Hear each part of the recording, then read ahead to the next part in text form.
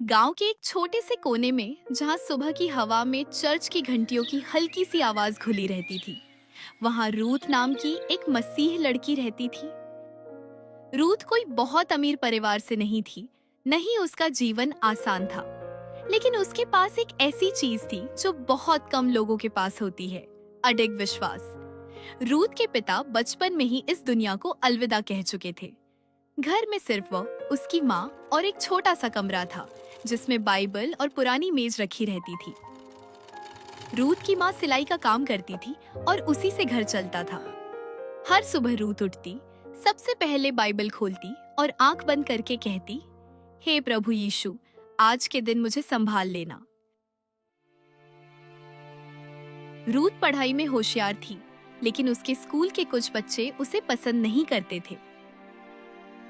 कोई उसके कपड़ों का मजाक उड़ाता, तो कोई उसकी सादा जीवन शैली और हर बात पर प्रभु का धन्यवाद करने की आदत पर हंसता।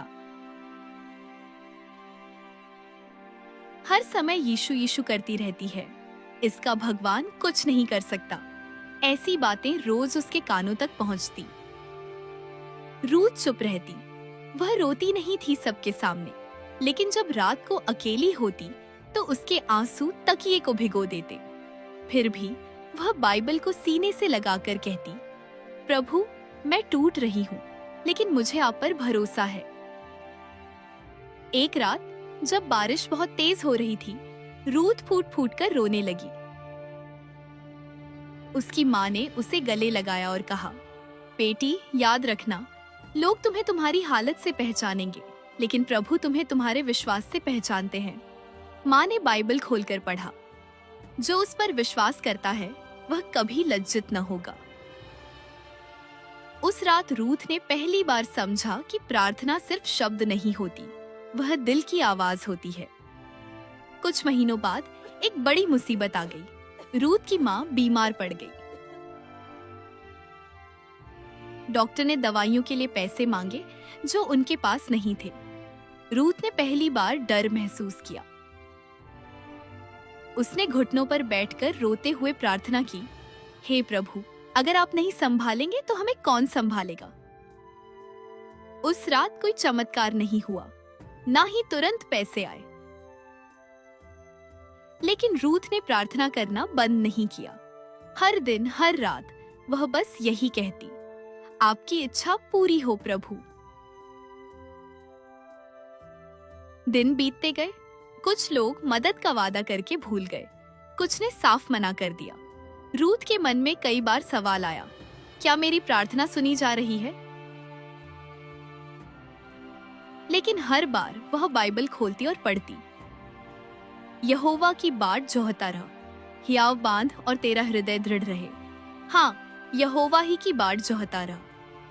एक दिन चर्च में एक अनजान महिला आई। उसने रूथ की माँ की कहानी सुनी और बिना कुछ कहे इलाज का पूरा खर्च दे गई। रूथ की आंखों से आंसू बह निकले। वह समझ गई, प्रार्थना देर से सही, लेकिन खाली कभी नहीं जाती। माँ के ठीक होने के बाद रूथ ने ठान लिया कि वह दूसरों के लिए कुछ करेगी। वह चर्च में बच्चों को पढ़ाने लगी, गाना सीखने लगी और हर किसी से प्यार से बात करने लगी।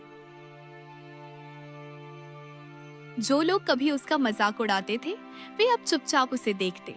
रूथ जान चुकी थी, जब इंसान बदलता है तो दुनिया अपने आप बदलने लगती है।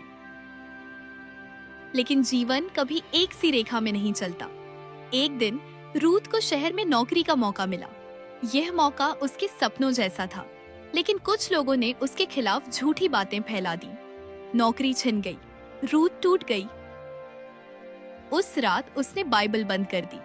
वह बोली, प्रभु, मैंने सब कुछ किया, फिर भी क्यों? कमरे में सन्नाटा था, लेकिन उसके मन में एक आवाज आई, क्या तुम मुझ पर भरोसा करती हो या सिर्फ मेरे जवाब पर?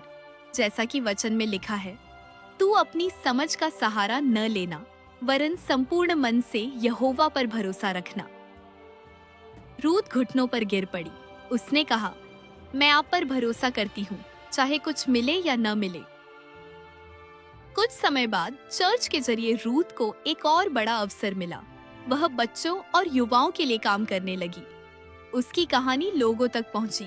वह मंच पर खड़ी होकर बोली, मैं आज यहाँ हूँ क्योंकि मैंने हार नहीं मानी, मैंने प्रार्थना करना नहीं छोड़ा। लोग रो पड़े, कई जिंदगियां बदलने लगी। रूथ आज भी वही साधारण लड़की है, लेकिन उसका विश्वास असाधारण है। वह जानती है प्रार्थना कोई जादू नहीं, बल्कि प्रभु के साथ रिश्ता है, और जब रिश्ता सच्चा हो तो जवाब जरूर आता है।